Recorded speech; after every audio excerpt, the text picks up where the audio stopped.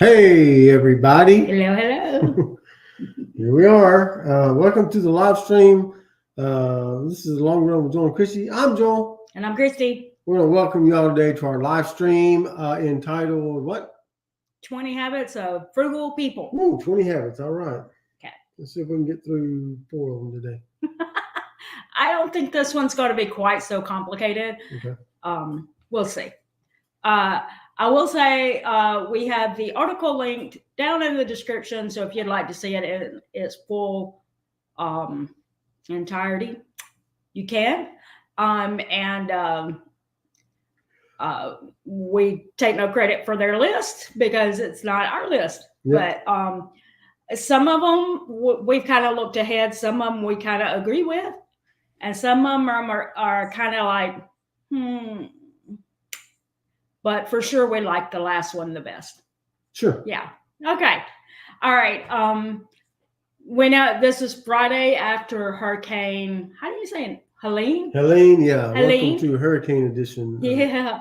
This is the Friday after. We didn't get much of anything, just a little stormy weather last night. And, this is Florida. We pretty much have stormy weather every night. Yeah. So it wasn't all that different for us. And it's taken such a unique path that it's ironically going to be worse for like our son that lives in Tennessee. They're going to get worse weather than we got, even though it hit in Florida, because it's shooting straight up through toward Tennessee, and then it's going to turn. So, anyway, so we do want everyone to know that we are thinking and praying for anyone who is in the pathway or has already been hit by it. We hope that there's not a lot to say. We've been through 5. I don't know. We've lost count. Yeah. And even though we've been in a lot of hurricanes, we've never been hit direct, like where it would destroy everything. And so our thoughts and prayers are with you. We can only imagine how devastating that can be. Yep. So. Yeah. All right. So let's kind of dive into the information.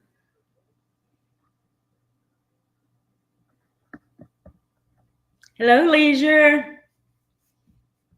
Thanks for joining us. All right. So the first thing of the 20 is that frugal people prepare food from scratch. We do that a lot. We have a lot of things we prepare from scratch. Yep. We don't buy a lot of prepackaged foods in the grocery stores anymore. What we have done has been learn it gradually. We didn't expect ourselves to all of a sudden go from one day from buying pre-canned, pre-jarred, pre-boxed things and was like, never buying it again. We just every time we would think about something that we bought, then we would say, let's look it up and see if we can figure out how you make that.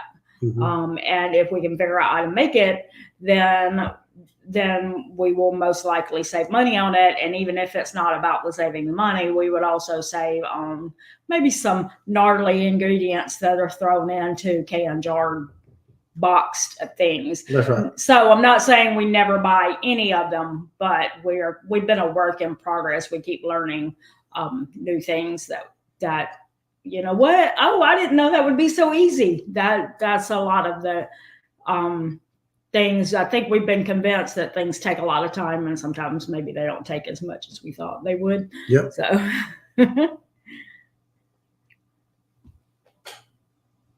So y'all be sure to let us know if you have any thing to add into these conversations. Like, do you make things from scratch, or do you? Because some people, instead of making things from scratch, maybe they're not as concerned like with their health issues like as I do. I find that I can't have too much sodium in my diet. Maybe instead of looking for things up for scratch, they look for clearance deals of things that are prepackaged. Yep. And they feel like they're being frugal because they didn't spend full price on the box thing. Yep. So, Yep. Hey, Cecilia. I don't know why he didn't just tell me what it said, because I had to put my glasses on to see. I did recently get contacts, but they're having to adjust the contacts prescription that they gave me because I can't read with them on. I can only see, well, even things that are far off. It's causing some double vision. So they're trying a different, they ordered me 2 different kinds to see if I react to those better. So, so I'm still using the old standby glasses, and I can't read without them on. And I get glares from the windows if I do put them on. Yep. So, all right. Next thing is that frugal people always have a meal plan, and we try to do that. We do that every week. Yeah. We believe in the meal plan, but I'm going to tell you again, there are some people who still feel that they're frugal and they don't write out a meal plan. They might do something that's more like the idea of a capsule pantry, where they keep a list of the things that they know they use in recipes. They keep it in, like in their pantry, and then they pull things as they desire. They go, oh, you know what I feel like today? And then they'll make that. For us, I feel like I would be either sacrificing fresh produce by doing that, or I would end up wasting food somehow. I feel like, even though we consider ourselves a flexible meal plan, we still write something down so that we have an idea, and we're flexible because we don't necessarily follow the days that we write it on. Like I write it down. We do a whole month of a flexible meal plan. I write it down, and maybe next week I find out that even though I wrote Wednesday we were going to have something, he's going to close the restaurant, which means he won't even be here. So I'm not going to cook on that night. So I just bump everything back or change things, or I say, you know what would work better as if I did this or this or this. Like, we're constantly changing, but it does help us know exactly what to buy so that we don't have duplicates, and we know that we have an idea. I mean, we've even been known to say, all right, we're going to have grilled chicken tonight. Tomorrow night, let's not do what we had on the list. Let's just make some quesadillas. So we've done things like that, and we don't mind changing them up. But we know that we have the ingredients for all those things so that we can switch around. Yep. But I feel like people who do the capsule pantries, things like that, they still feel like they're being frugal too. So again, one thing I would say is, either way, whether you do a capsule pantry or you do a meal plan or a flexible meal plan or whatever you do, you're still organizing your life somehow, either by knowing exactly what you have in your pantry or by having a list of meals and then making sure you have those ingredients. Either way, You're still organizing. So really, if the idea is with the word meal plan is they have an organizational skill that provides them the ability not to waste food, then yes, I would say frugal people do that. Yep. What do we got here? Cecilia says, I can't have too much caffeine before bedtime. I won't sleep. Yeah. Yeah. I used to, I don't know if I'm like that now, but I used to be able to have caffeine any time of the day, no matter what, and I'd still go to sleep right away. The minute I would lay my head down. I don't know when that changed, but yeah.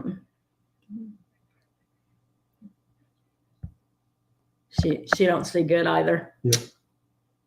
Yeah.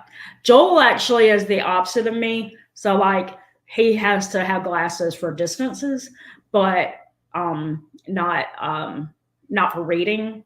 So that's why he's able to sit here and do that. But he wears contacts for the distances and stuff. I'm not really on the opposite either, because it's both. Everything is just blurry now. All right. The next one is frugal people use every drop, masters at squeezing out every bit of toothpaste, face cream, draining jars of oil, olive oil, maple syrup, simmering leftover bones in stock, turning directly to Dijon mushroom vinaigrette, and stockpiling butter wrappers for greasing cake pans. We do have the butter wrappers in there. Yep. I always forget to use them. Yep. But they're in there. They are there. All right. So what would you say to that? Yeah, we're pretty good at that. Yeah. Pretty good. Or we work as a team, because Joel will not squeeze out the last drop of toothpaste, but I do. So when he's to the point where he's like, yeah, I'm not going to use this toothpaste thing anymore, he just pushes it over on my side of the counter and I finish it. Yeah. Till I can't get anything else out of it. Yeah. So yeah, I would say that most frugal people are going to be on the side of wanting to use everything. I mean, you paid for it. Don't waste it. Yeah. That's right. Yeah.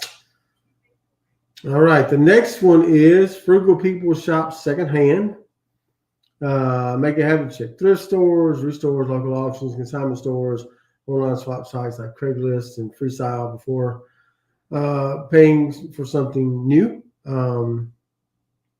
don't find what they want, they may choose to wait or buy the item new, but the point is that buying new is not their default action, and it often works out for them. I'll say we do that a lot. Yeah, and I would say most frugal people would fall into that category. Yeah. Though I would say, again, like they said, it's not that they won't buy it new. It's that they look for other options first. And they also look for it to be on sale. They try to see if they can wait until it goes on sale, things like that. Yep. In other words, they look and see if they can find it at a lower price than the full price. That's right. Mm-hmm. All right. Next one is frugal people value quality and reliability. Yes. Trends and brand names matter little to them. They want something that will last and do its task superbly, and they're willing to pay a premium for this. Mm-hmm. I would agree with that. I think that a lot of people, does that go with the last one? Kind of. Okay, let's do that. Yeah, but I mean, if you have what you need, then That's you right. don't really have to shop much on secondhand. You can say it for me, like, we might look, but I get frustrated in thrift stores pretty fast because I have a short attention span. Yeah. Thank you. I was agreeing with you. On my attention span? No, mine as well.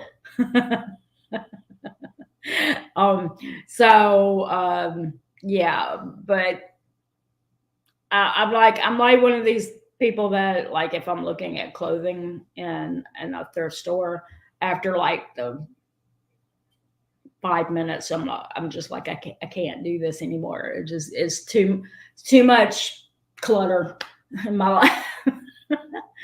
But I'll look around at the, like, bric-a-brac and stuff like that. But one thing that I always say with thrift stores is to be careful that just because something is on sale at a lower price, which a lot of thrift stores aren't that great of a deal of that anymore. But I mean, it's almost to the point where before you pick it up off a thrift store shelf, you might want to do a little Google search and make sure it's not the same price new.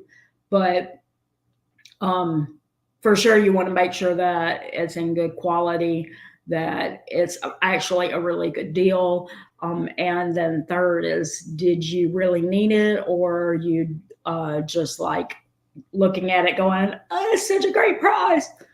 Because if you buy something just because it's a great price, but you don't actually have any reason to need it or really want it, then you're just wasting your money and you're being hyped up with a FOMO kind of thing, the fear of missing out. So, yeah. All right. The next one is frugal people repair before replacing. When something breaks, they don't throw it out immediately and buy a replacement. They assess whether it's possible to fix it first and get in touch with local service providers see what can be done to extend the item's lifespan. Yes. Yeah. Yeah. We always check to see. Joel will look up a YouTube video. Yeah. And see, can he fix it? Just a second. Did we skip over this one? No. We just talked about quality and reliability.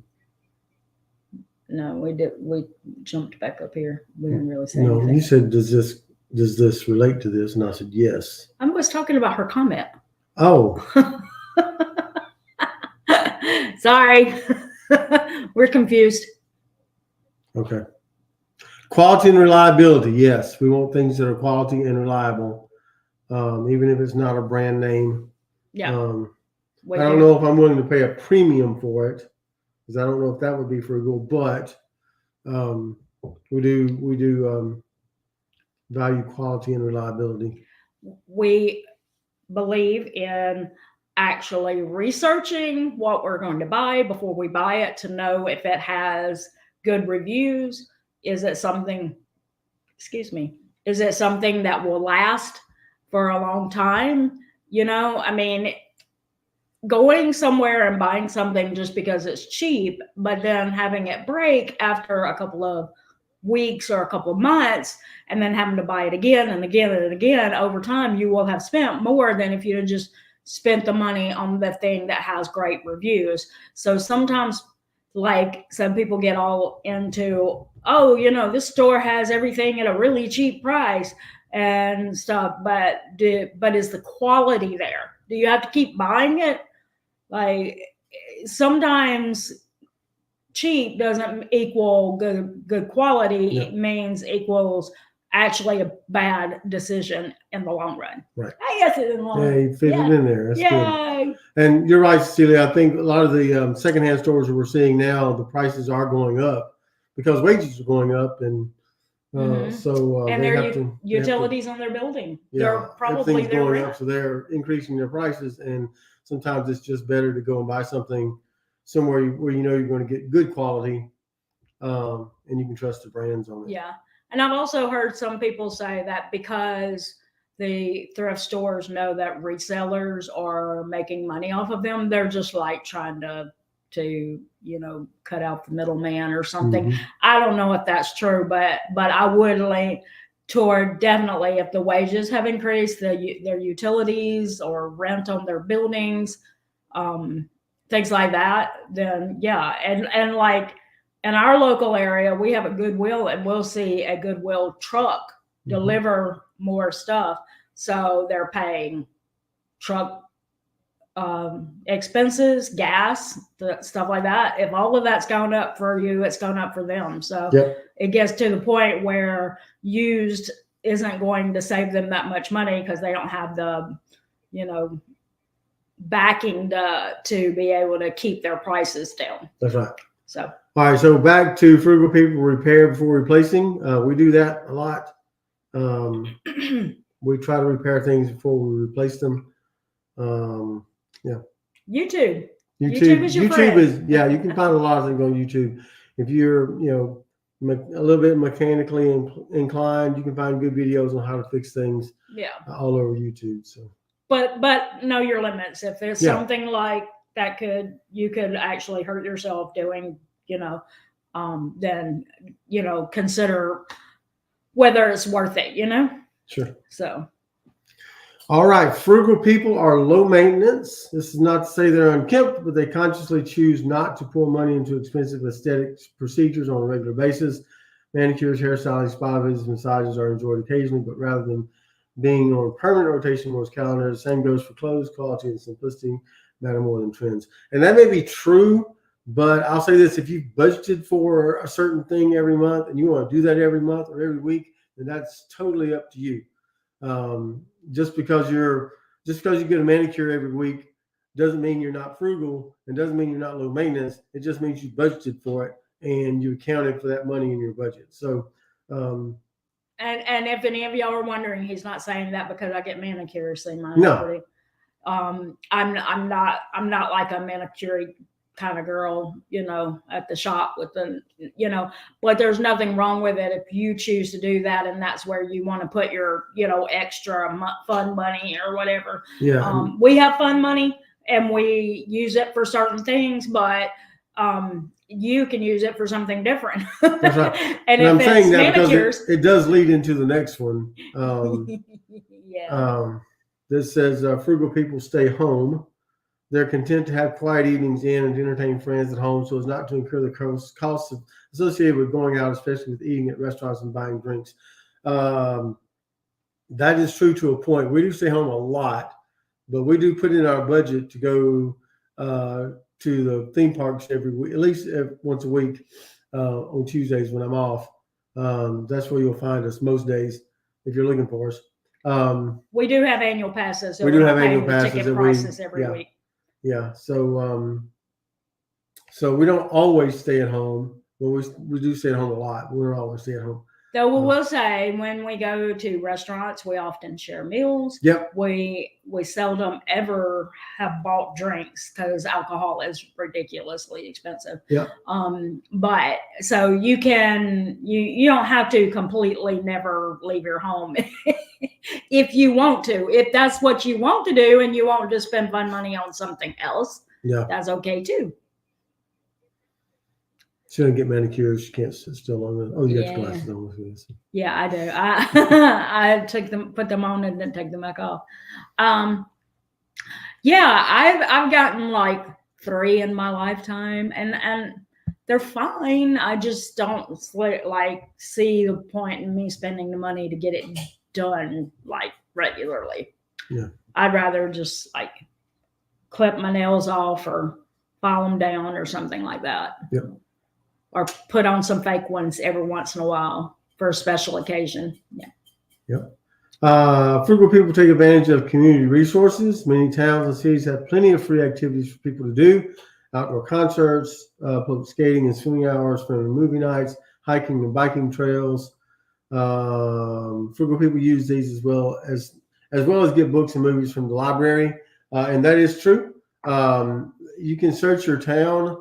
Especially if you have a bigger town near you, you can search free and cheap and free things to do in your town, and you'll have a lot of things pop up.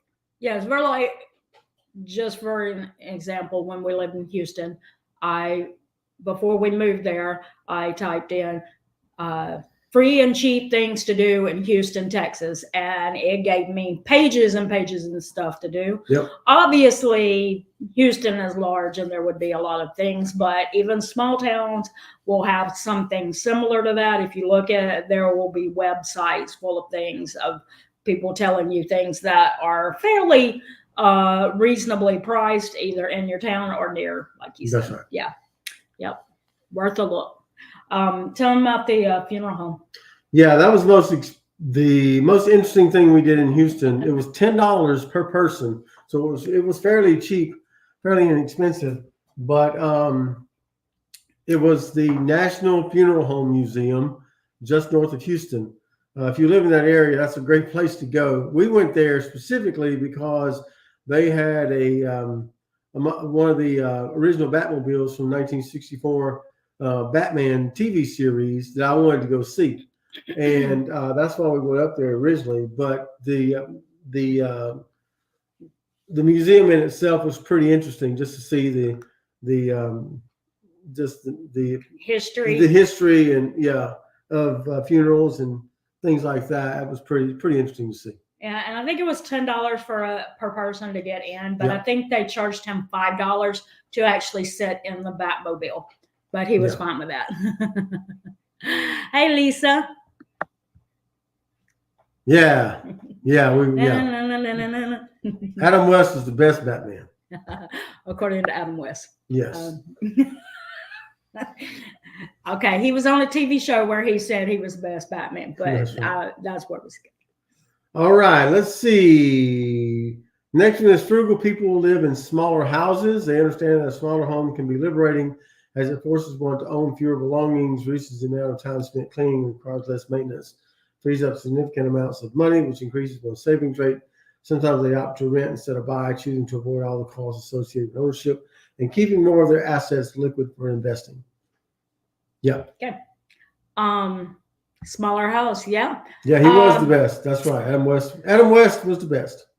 I wouldn't say that someone who has a bigger house isn't frugal if they built their way up to it, and they're Right. able to afford it, and they have extra money to go to investing, and all their bills are paid, and they're saving and stuff like that. I wouldn't say they're not frugal just because they have a bigger house. Yeah. So I don't know that that's a really fair statement. But I will say that having a smaller house is liberating, and that not just because of the financial side of it, but because of the maintaining. Yeah. And we're renting right now just because in our area there's a lot of different fees, HOA fees and stuff like that we don't really want to get into. So the housing, insurance, everything is high here in Florida. Yeah, so we you have to decided consider all have of somebody that. else to take that on, and we don't have to. Yeah. All right, let's see. Let's move on to the next one. Frugal people have like-minded friends. They understand that hanging out with spendy friends on a regular basis is the fastest way to derail one's savings goals. Seeking out frugal friends is the way to stay on track, share tips, and hold each other accountable. Yeah, that's good. Yes, they really are. They really are outrageous. Yeah. Yeah. And they just built a high school probably 2 miles from Mile here. and a half, probably. Mile and a half. Yeah. And so housing here is holding steady at a high price because people want to live as close as possible to that high school, obviously, if they have kids. So, yeah, in our community, nothing's going down at all. And they just recently decided to take out the view that was near us. Yeah. We didn't really have the view, but our neighbors did. But they're putting apartment complexes on the other side of it. So yeah. They relocated the cows. They relocated the cows that were, and now when those apartment complexes get opened, because they're not open yet, that's going to mean a ton of traffic on the near us. So not financial. Mm-hmm. Yeah. Yep. And I was going to say, we got off on the housing thing, but I was going to say, I wouldn't say that you have to just hang out with like-minded friends. Yeah. It's good to have some who are like-minded friends, but I think that instead of looking at it as they're going to be a bad influence on me, you could think of it as I can be a good influence on them. And encourage them and help them, like when you're making financial goals and stuff like that, and it's working, then they're like, what do you do? What are they doing that's different than me? I want to do that too. Mm-hmm. And we've seen that, like didn't you see, like, people know that we have the channel. Well, now he's getting people asking him questions. Yeah. Wanting to know how he does that, like in real life, or asking him questions. So you can be the good influence to people who aren't like-minded like you. That's right. Yeah. We need to come up with a Save the Cows campaign or something. Yeah. Poor cows. Yeah. And the birds. I don't know where the birds go when the cows are taken away. That's right. The ones that hang out with the cows, you know what I mean? The white egrets. They walk around them and they stand on their backs and those. Frugal people are always learning about money. They constantly want to improve themselves and their financial acumen through reading, discussion, and experimenting with investments and budgeting. They follow blogs and podcasts that help them to hone their frugality skills. I would say yes to that. I feel like a lot of frugal people do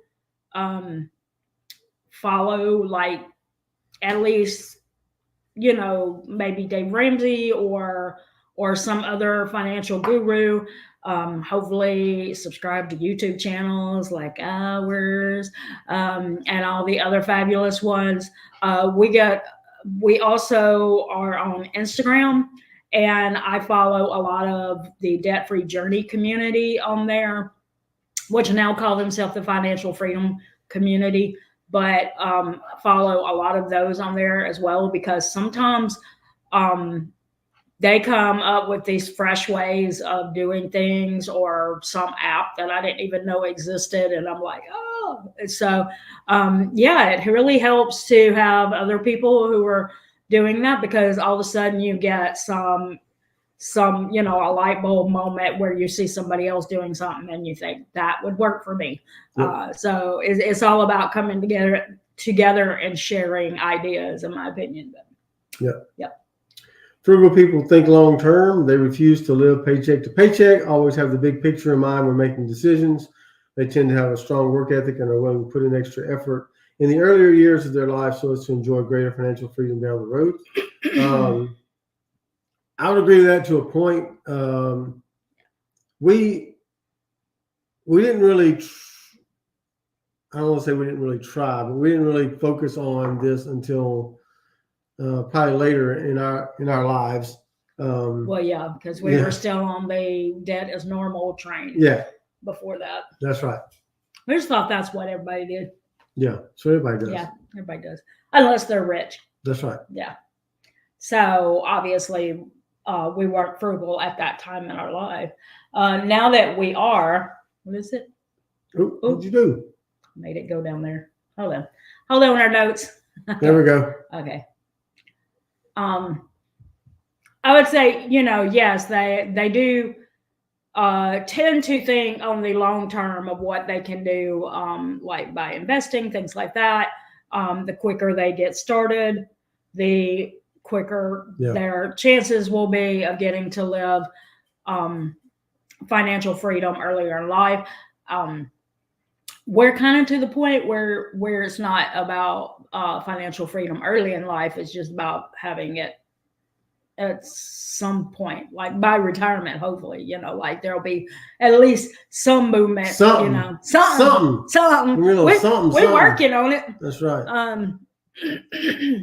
Yeah, a lot of people do still work two jobs. Yeah. Either they work a full-time job and then do some side hustles, or they do work two jobs. Mm-hmm. Sometimes just to make ends meet these days. So, right. Yep. Right. Okay. And frugal people live within their means. They budget carefully, allocate a predetermined portion of their income to savings and investments, and do not exceed it. They save up for big purchases, prefer to buy with cash as opposed to credit, and keep an emergency fund for times of need. Most definitely, they do not shop for entertainment. I don't know if I agree with that last statement, especially again. I was with it all the way to the last sentence. If you've budgeted for it and you're not going into debt for it, entertainment is totally okay. Believe me, we do it all the time. Yeah, you get to decide how you want to spend your money, and if you are predetermining a portion of your income to savings and investment, and you still want to put a little bit to some entertainment. Yeah, have fun, man. Have fun. You don't have to say no to everything. That's right. Frugal people give their children less stuff. You can tell a lot about a family's spending habits based on their kids' toys and clothing. Frugal kids don't have a lot of toys. Their parents expect them to make do with less and to play outside. They are not dressed in expensive trendy clothing because the parents understand what a waste of money it is. I don't totally agree with that. I don't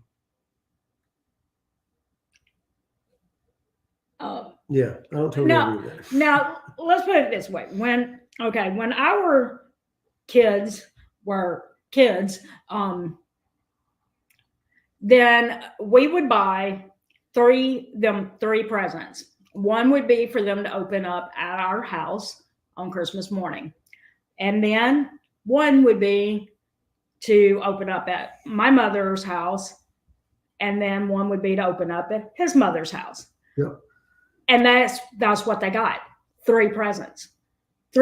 Now, they were boys into video games, so sometimes they wanted more expensive ones. Sometimes they just wanted 3 video games.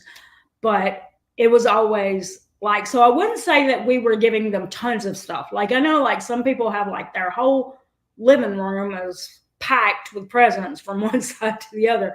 So, like at Christmas, for example, our birthdays, it seems like they buy their kids 10 and 20 different presents.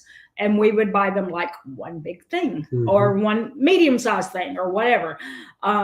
So, and then, like I said, at Christmas, the 3 things, so that there would be, and we would have like a stocking with an ornament in it. So that was the things that we always got. And I wouldn't say that we spent a lot on our kids.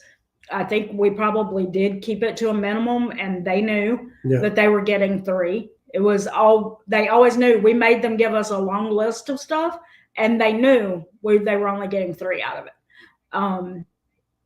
And we always tried to make sure that what we were doing was something that we kind of really knew they really wanted. So it's not, I mean, again, it's one of those things where if you have it budgeted and you have it set aside, that's fine. But if not, and you know that you don't want to spend as much on the holidays, that is actually a good frugal decision, is to keep it down to like a smaller minimum amount with your kids and have them not expect tons of stuff. And as far as the trendy clothes go, I will tell you that we lived in a couple of different places while our kids were growing up. And one of them was in Alabama, and they have school uniforms in all the public schools there. And it was a breath of fresh air compared to the other schools, because we didn't have to worry about whether or not our kids thought that if other kids thought that our kids didn't have trendy enough clothes, because you couldn't have logos on your shoes. You couldn't have everybody wore the same kind of uniform, and you could get them from was it like consignment shops or something that we would get them, so that we weren't spending a lot. So you could get them at a reasonable price. Most people never knew that they were wearing some that had been used in the past by somebody else, and nobody knew anybody's clothes were more expensive than somebody else's. So I wish it was a world where it was like that all the time in all the schools, but they're not. And so what was your problem with it? You said you didn't totally agree. Well, yeah, I mean, if you budget for things, again, it goes back to that. If you budget for things, then I'm not saying they, have a lot of things, but if you budget for things, then don't worry about how much things your kids have, and say you're not frugal because they have a lot of things. So don't say that about yourself. All right, let's go back and pick up some of these comments. That one from Leisure. I walk around stores. All right, go back. Oh, sorry. And if I see a bargain, well, yeah. Yeah. Bargains are hard to walk. You like bargains, yeah. I have fun. That's good. That's always good to have fun. Have fun with your life. Yeah. Budget for it and have fun with it. Yeah, and it doesn't necessarily have to cost a lot of money. It's just that if you have the money set aside and you still have you're still building for your future and stuff like that, you don't have to feel guilty. That's right. For spending any if you want to. Wearing uniforms here for a while, so yeah, that's right. Yeah, heard that. Yeah, I don't think that was the reason in Alabama, but no, yeah, it was more of because the two sides of the creek, the kids were, one side was really affluent, the other side was not as affluent, and I think there was a kind of a clash there, and so, yeah. Anyway, should tell them. Well, I mean, I think that was in the whole state, but we lived on Murder Creek for a long time. Yeah. Yeah. And yes, I said that. Hopefully YouTube doesn't go, what? Yeah. No. All right. The next one is frugal people do low cost exercise rather than spending a fortune on gym memberships or buying expensive equipment that will gather dust and or clutter their small home. They prefer to run, walk, ride their bike, go swimming in a pool, practice yoga at home. I agree with that to a point. We don't have a gym membership. One reason is because the two places we've lived in since 2016, the last 8 years, have had gyms in the price of the rent. The apartment complex we lived in Houston, and then the one. But you skipped the one in between. That one didn't have a gym. Then here, over there. That one didn't have a gym. Okay. It had a pool though. It had a pool. Okay. But it didn't have a gym. Anyway. But sure. But like we only lived there like a year. Yeah. So because the homeowners decided to sell their house, so that's why we ended up in this one, because we, it was like either you have to buy our house or you have to move out. Yeah, and even when we lived in Tennessee, we didn't have a gym membership. When I started running, I just went outside to do it. Yeah. I did buy a treadmill that got used a lot. Anyway, and we did buy you can see it back there. We bought the Peloton back there, but we used that too. I use that at least 3 times a week. Facebook Marketplace of $2,000 Peloton for $600. So you can't beat that. We don't own a dining room table, but we have a Peloton. Yeah, and again, if you budgeted for it, this is a great point, Lisa. If you budgeted for it, a gym membership can be good for you. Yes. I do get a health and wellness stipend at work. So I could get a gym membership if I want to. We just choose to use that. Well, actually, I do use half of it for the Peloton membership and the other half for cell phone. For our cell phone bill. Mm-hmm. Yeah. So yeah. So if you budgeted for it, or if you get a stipend at your work to account for that, then yeah, gym memberships can be good for you. Yeah, and so I would not agree that frugal people don't go to gyms or have equipment. That's right. They do more than just go out for walks, or ride bikes. That's right. Next one is frugal people don't feel a need to upgrade technology. They consciously resist the urge to upgrade their gadgets on a regular basis. These are the people still using flip phone when the rest of the world has moved on to the iPhone. I don't know too many people are still using flip phones. I guess some are. But until we upgraded to the iPhone 12, we were still on the iPhone 8. So there was like 4 different incarnations of the iPhone before we upgraded, and we only did it because we got them for free when we switched over to AT&T wireless. But it was helpful to us when we did upgrade, because that's how we record our videos. That's right. Yeah. And now they're up, I think, to the iPhone 16, and we're still on the 12. So yeah, and our 12s are working just fine. Yeah. Well, I did get email the other day from AT&T saying we could upgrade for free. Oh, how nice. To the new 16. So I don't think so. No. Okay. All right. Let's see. I didn't get a real phone until 2019, but I don't begrudge people having current. Yep. Yeah. I agree with that. Yeah. And again, if you want the brand new one and it's in your budget, more power to you. Do it. If that's what's important to you, and find out what's important to you. If that's important to you, then do it. It's in your budget. Do it. And I know, like I said, we use our phones for recording videos. There are some people who have to have a semi good working smartphone for their jobs. So not just recording YouTube videos, but their job actually requires it for whatever reason.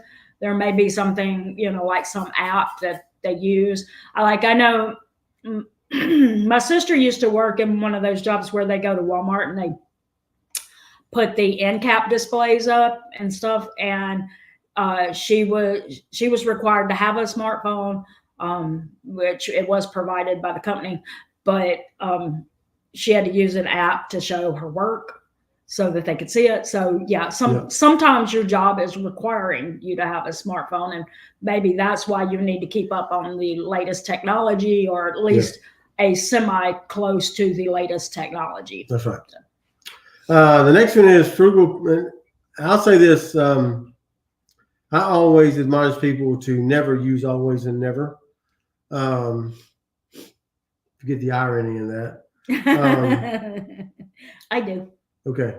This one says frugal people never buy never buy new cars. They never buy new cars. They know new cars are immediately devalued as soon as they're driven off the lot. And while that's true, that is true. You probably lose $4,000 or $5,000 in equity in your car as soon as you drive it off the lot. So unless you put a big down payment on, you're making payments, and you're already underwater on your car. So they also understand that cars, new or not, are money pits. Not necessarily money pits. They do take upkeep and maintenance. If you don't do the upkeep and maintenance on them, yeah, then they will become money pits because you'll be replacing a lot of stuff.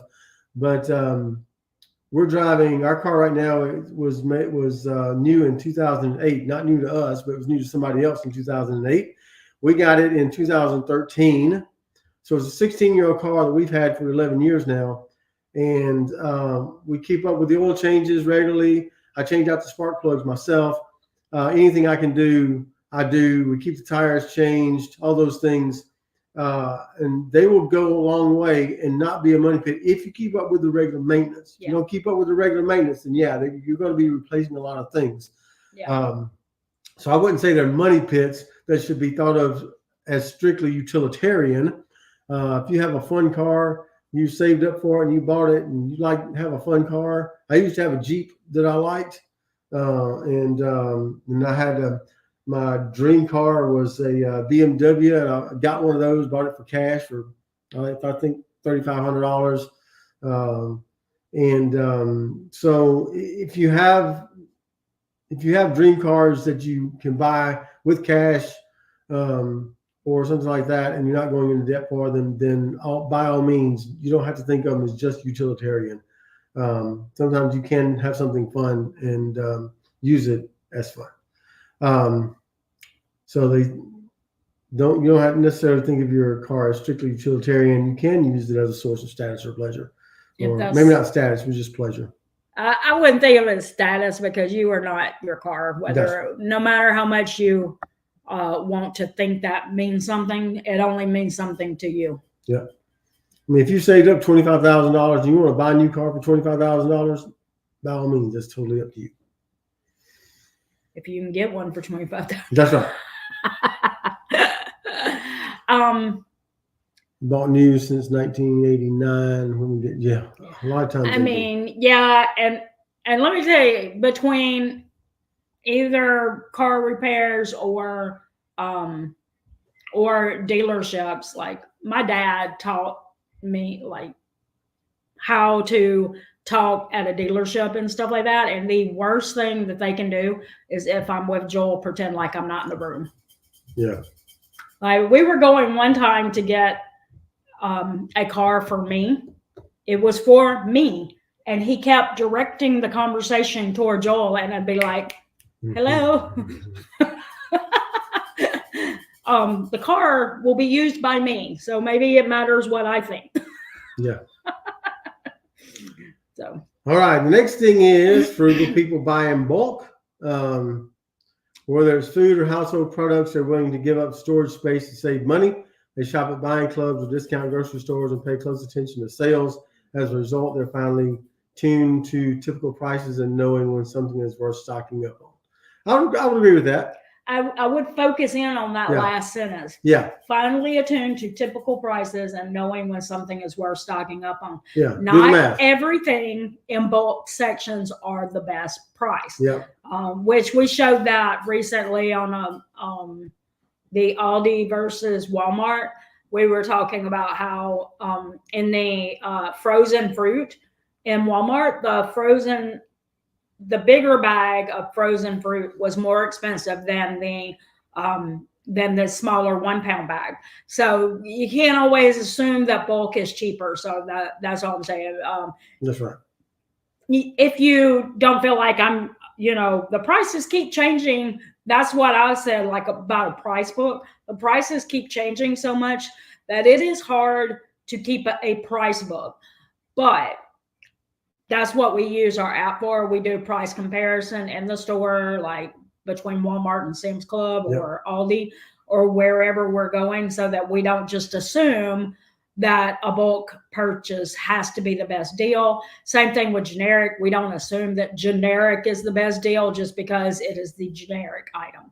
Yeah, and that's a good way to do it too, Cecilia. If you buy things in bulk, you want to share them with your family or friends, things like that. That's good ways to. That's a good way to do it as well. Reduce the price more for you. Yeah, that's right. Mm-hmm. Yeah. All right, and then the final thing is this: and Chrissy thinks this one is the best. Which I haven't even read what it said underneath it. I just like the bold print. Is that frugal people are less stressed. That's because they're free from the suffocating mental burden of consumer debt. You might think that paying attention to every little detail in life in order to save dollars is more work, but it becomes a fun game for many frugal individuals. As they gain momentum, they want to do better and reach their goals faster. Yes. And I would agree with those. I would agree with those statements. 100%. Yeah. Let's just say when Joel lost his job, tons of stress. We had bills, car notes, a little credit card debt, stuff like that, and a mortgage, and it was like, now no car payments, anything like that. So if he lost his job today, we'd have to leave his apartment and go somewhere, but we wouldn't have to take any debt with us to get there. So we would be okay. Yep. Yeah. So yeah, definitely less stressed when you have less debt and things. And so being frugal helps you get to that point where you don't have to worry. That's right. So, yeah. All right. Well, that's going to do it. We got through all the 20 things today. All right. I told you they weren't too bad. All right. So if you're watching this on the replay, drop some comments below and let us know what your frugal tips are. If you agree with these, if you agree with this list, and maybe some adjustments you make along the way, because we've talked about adjustments that we make, and so have our friends in the comment sections here have also talked about some adjustments they make as well, and that's always fine. Yeah. You live your life the way you want to, the way that's important to you, and that's totally up to you. Yep. All right. So I think that's going to do it today. Thank you all for joining us in the chat today. We appreciate it. Thanks for all the comments. It's very much appreciated, and makes your time go a lot quicker when you guys are talking back to us. So thank you for that. And I think that's going to do it today for our live stream, Long Run, Joel and Chrissy, Hurricane Edition. Don't forget it's a long run. Give yourself a little grace. Bye, guys.